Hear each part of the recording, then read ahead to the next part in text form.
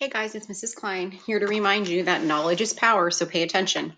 I'm here today to give you your second podcast for Lesson 21, A Dividing Nation, from sections 5 through 8.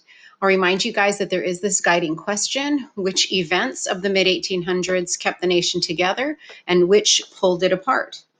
Now, you have the vocabulary terms. Some of them you heard from Mrs. Wilburn's podcast, and the rest you're going to hear from me today. And what I'm going to begin with right now is that the Compromise of 1850 fails. I know you learned about it with Mrs. Wilburn in the last podcast. So Henry Clay and Daniel Webster hoped the Compromise of 1850 would quiet the slavery controversy for years to come. In fact, it satisfied almost no one, and the debate grew louder each year. Now, people in the North and South were unhappy with the Fugitive Slave Act, though for different reasons. Under the Fugitive Slave Act, a person arrested as a runaway slave had almost no legal rights. The Fugitive Slave Act also said that any person who helped a slave escape or even refused to aid slave catchers could be jailed. Opposition to the act was widespread in the North. Northerners' refusal to support the act infuriated slaveholders, and it also made enforcement of the act almost impossible. Now, something else to be considering right now is something called Uncle Tom's Cabin.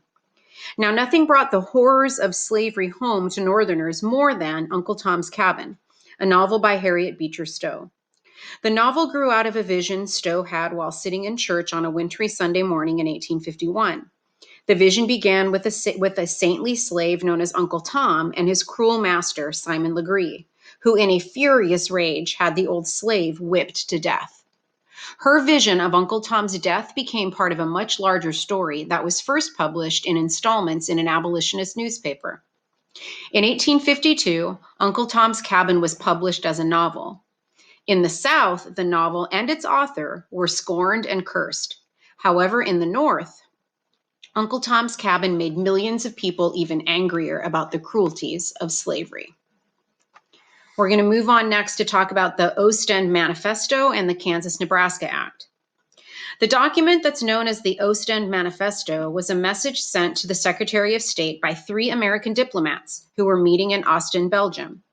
President Franklin Pierce, who had taken office in 1853, had been trying to purchase the island of Cuba from Spain, but Spain refused the offer. Angry Northerners charged that Pierce's administration wanted to buy Cuba in order to add another slave state to the Union. Now, early that same year, Senator Stephen A. Douglas of Illinois introduced a bill in Congress that sparked an uproar. Douglas wanted to get a railroad built to California. This territory lay north of the Missouri Compromise, and Douglas's bill said nothing about slavery. But Southerners in Congress agreed to support the bill only if Douglas made a few changes, and those changes had far-reaching consequences. Douglas's final version of the bill, known as the Kansas-Nebraska Act, was passed in 1854, and it created 2 new territories, Kansas and Nebraska. It also abolished the Missouri Compromise by leaving it up to the settlers themselves to vote on whether to permit slavery in the new territories. Douglas called this policy popular sovereignty, or rule by the people. So it didn't matter, you guys, if you lived, you got the Missouri Compromise line right here. Remember, anything below was supposed to be slave, above was supposed to be free, but Kansas, Nebraska didn't fit that bill. Now they're going to give the people who move to these areas the ability to decide for themselves whether or not they're going to be slave or free. Okay, this concept of popular sovereignty. Now, this leads to bloodshed in Kansas. After the Kansas-Nebraska Act was passed in 1854, settlers poured into Kansas. Most were peaceful farmers looking for good farmland, but some settlers moved to Kansas either to support or to oppose slavery. The struggle over slavery soon turned violent, and on May 21st, 1856, pro-slavery settlers and so-called border ruffians from Missouri invaded Lawrence, Kansas, the home of the anti-slavery government. The raid on Lawrence provoked a wave of outrage in the North. Meanwhile, a fiery abolitionist named John Brown plotted his own revenge. Days after the Lawrence raid, Brown and 7 followers, including 4 of Brown's sons and his son-in-law, invaded the pro-slavery town of Pottawatomie, Kansas. There, they dragged 5 men they suspected of supporting slavery from their homes and hacked them to death with swords. Now, the violence actually extends into Congress. The violence in Kansas greatly disturbed Senator Charles Sumner of Massachusetts. And in 1856, he voiced his suspicions in a passionate speech called The Crime Against Kansas. Sumner also heaped abuse on many Southerners, including Senator Andrew P. Butler of South Carolina. 2 days after the speech, a relative of Senator Butler, South Carolina Representative Preston Brooks, attacked Sumner in the Senate, beating him with his metal-tipped cane until it broke in half. Reactions to the attack on Sumner showed how divided the country had become. Many Southerners applauded Brooks for defending the honor of his family and the South. Some people actually sent him new canes, you guys, while most Northerners viewed the beating as another example of Southern brutality. That's going to move us to the Dred Scott decision. In 1857, the slavery controversy shifted from Congress to the Supreme Court, which was about to decide a case concerning a Missouri slave named Dred Scott. Years earlier, Scott had traveled with his owner to Wisconsin, where slavery was banned by the Missouri Compromise. When he returned to Missouri, Scott went to court to win his freedom by arguing that his stay in Wisconsin had made him a free man. Now, the justices had two key questions to decide. First, as a slave, was Dred Scott a citizen who had the right to bring a case before a federal court? And second, did his time in Wisconsin make him a free man? Now, on March 6, 1857, Chief Justice Taney delivered the Dred Scott decision. By a vote of 7-2, the court had decided that Scott could not sue for his freedom in a federal court because he was not a citizen. Second, Taney declared that the court had rejected Scott's argument that his stay in Wisconsin had made him a free man. The reason was simple. The Missouri Compromise was unconstitutional. Taney argued that slaves were property and that the Fifth Amendment to the Constitution said that property could not be taken from people without due process of law.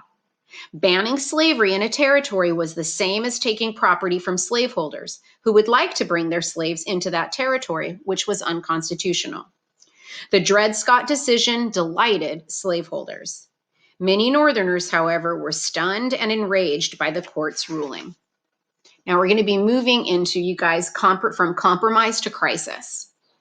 During the controversy over the Kansas-Nebraska Act, anti-slavery activists from the Free Soilers and the once popular Whig Party formed a new political organization, the Republican Party.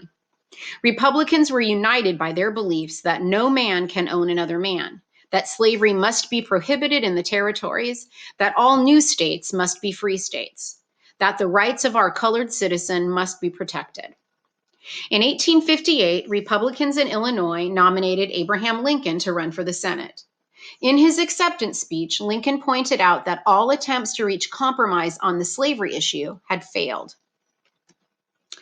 Lincoln's opponent in the Senate race was Senator Stephen Douglas, an Illinois senator who saw no reason why the nation could not go on half slave and half free. Now, during the Lincoln-Douglas debates, Douglas argued that the Dred Scott decision had put the slavery issue to rest, but Lincoln disagreed. In his eyes, slavery was a moral, not a legal issue.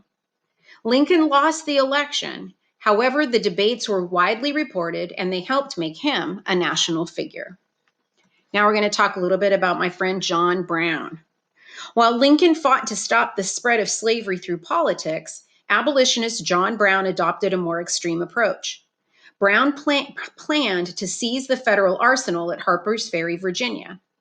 Brown wanted to use the weapons there to arm slaves for a rebellion that would end slavery.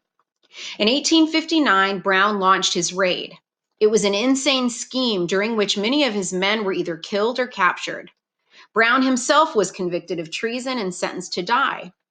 On the day of his hanging, he left a note that read, "I, John Brown, am now quite certain that the crimes of this guilty land will never be purged away, but with blood." It's going to lead us to the election of 1860 and secession. The 1860 presidential race showed just how divided the nation had become. The Republicans were united behind Lincoln. The Democrats, however, had split between Northern and Southern factions. With his opposition divided three ways, Lincoln sailed to victory. But it was an odd victory. Lincoln won the presidential election with just 40% of the votes, all of them cast in the North. In 10 Southern states, he was not even listed on the ballot. For white Southerners, the election of 1860 delivered an unmistakable message. Southerners feared that sooner or later, Congress would try to abolish slavery. That leads us to the South seceding from the Union. In the weeks following the election, talk of secession filled the air.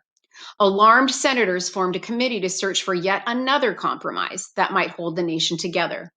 The Senate committee held its first meeting on December 20th, 1860. Meanwhile, in Charleston, South Carolina, delegates attending a state convention there voted that same day, December 20th, 1860, to leave the Union.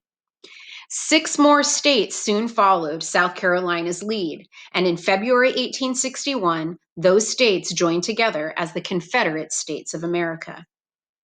On March 4th, 1861, Lincoln became president of the not-so-United States. In his inaugural address, Lincoln stated his belief that secession was both wrong and unconstitutional. He then appealed to the rebellious states to return in peace. In your hands, my dissatisfied fellow countrymen, and not in mine, he said, is the momentous issue of civil war. The following month, on April 12, 1861, Confederates in Charleston, South Carolina, forced the issue when they opened fire on Fort Sumter, a federal fort in Charleston Harbor. The news that the Confederates had fired on the American flag unleashed a wave of patriotic fury in the North. The time for compromise was over. The issues that had divided the nation for so many years would now be decided by a civil war. All right, you guys, in this lesson, just as a reminder, we learned a little bit about the failures of the Compromise of 1850. In addition to that, you also learned about the Dred Scott decision and the importance that that had. In the section about compromise to crisis, learned about Abraham Lincoln's run for the U.S. Senate, about a raid launched by abolitionist John Brown, and that lots of people were worried that there was going to be a slave rebellion. And then also we learned about the election of 1860 and how that led to the secession of South Carolina first, and then eventually 6 other states shortly thereafter. And then the very beginning of the Civil War with the Confederate troops firing on Fort Sumter in Charleston, South Carolina. All right, you guys, what I want to let you know is hip, hip, hooray. This is the last podcast that you've got to listen to this year. All right, you guys, take it easy.